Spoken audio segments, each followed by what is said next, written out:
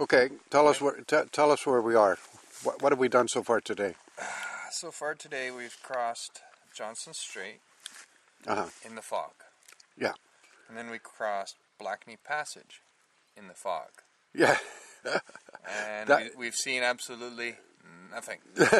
No, well, we had a a fishing boat, the whale watching boat come up to us. He probably saw us on the radar. It comes up to us in the middle of the fog. He's coming straight at us, but then he kind of slows down and he says, "What are you guys doing here?" He said, "Are you guys lost, or you know where you're going?" Yeah. He says, "Do you have a GPS?" So then we timed it right for the currents to cross Blackney Passage. You experienced a little bit of riptide and a little bit of currents. Yeah. When we crossed Blackney Passage, we crossed the shortest route to Parsons Island. Yeah. We have now stopped on Parsons Island. Right. Because of pee break. Right. And snack break. Because we don't want to pee in the kayak. And if you look directly over there, you'll see what we're kayaking in. Yeah. All right. Well, of course, this is it. This is what we've been kayaking in for 2 hours. 2 hours. Right. And thank God for the GPS. Actually, not even 2 hours. About an hour and a half. Yeah. And our plan is to do a total of 36 kilometers today. Possibly. We're going to take it. We hope, because otherwise we're not ending up back at the campsite.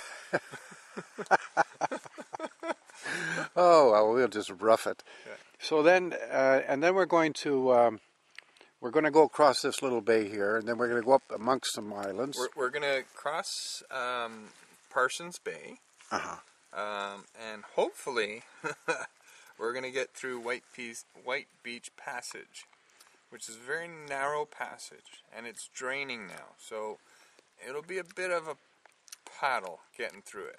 Because of the current or because of the depth? Because of the tide. Because of the tide. Pulled out. So, okay. Where we're going just up to the Broughton Archipelago. Know it well. And it's a group of hundreds of islands. Beautiful, beautiful area. One of the places we're having lunch at is Mound Island, and the beach is all white seashells. Oh, nice. Yeah. That's good. It'll be pretty cool. There's a cougar in the area. Oh, good. There are bears in the area. You mentioned that just after lunch. Well, who's going to have lunch? Who's having lunch? We're going to try and head to the petroglyphs. We'll see how that works out. Right. By that time, we want to avoid it flooding. So, because then we won't get out of the passage. So, everything is determined on the tide and the weather. I mean, it's incredible. The weather, the tide, never in my life have I talked about weather so much. For 4 days I've been talking about. BC. Yeah, it's just weather, you don't weather, like weather. The weather? Wait 5 minutes. Yeah, that's exactly right. I mean, it changes so quickly. Yeah. The weather and the tide, and the wind. The wind. Those are the elements. Come here. My turn. All right. Hold it. And now your turn. Okay. Well, what have I got to say? I'm here with my son. I'm having a great time. Couldn't be better. I mean, it's just incredible paddling in this picturesque area, and so we're having a good time. What else can I say? There's nothing else. You have a question for me? Get me going. I can say something now. Has anything scared you yet? No, I haven't actually. I mean, there's been times when my heart has gone a little faster. On the crossings?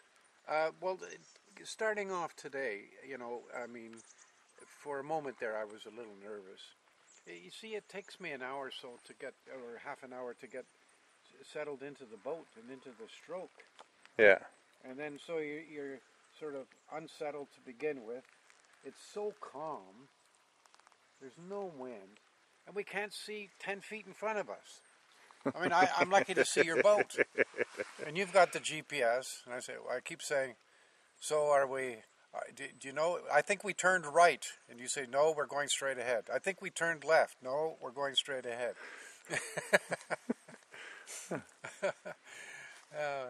Yeah. So, that, I think my heart went up a little bit this morning, just wondering, it was daunting. That's the word, daunting. And then when we came around there and we got into the tides and the currents and the little tiny mini whirlpools and things like that, I began to realize how important that rudder is on the kayak. Because you can really get through it. And then there's times when you keep on paddling and you're actually almost going backwards because of the tide. But the big experience of the morning so far was casting the fishing rod. You'd think something simple like that would be easy. You say, okay, I'm going to cast the fishing rod. Okay, well, you know what that does to the boat when you do that. And then you think, well, God, I hope I don't catch a fish because then I'll have to deal with that. Yeah, it's pretty wild to catch a fish in a kayak. I never thought about it. And the bigger the fish, the worse the problem. Yes. And so then the next thing I realize is that I'm casting a fish and I hear some big boat going behind me. So I know the waves are going to come. That's it. Just time it right. Cast and catch the big fish just when the waves hit. That's a sure formula for tipping. So that was the experience for this morning. A simple thing as casting a fishing rod. Yeah. And So Richard, do you want to catch a fish in a kayak? well, I think I would like to. Okay. I'd like to give it a try. It's an important experience.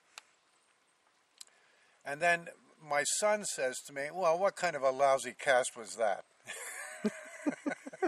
I said, this is a new lifetime experience. Yeah. Cool. You having fun? Yeah, I'm having a lot of fun. Good. A lot of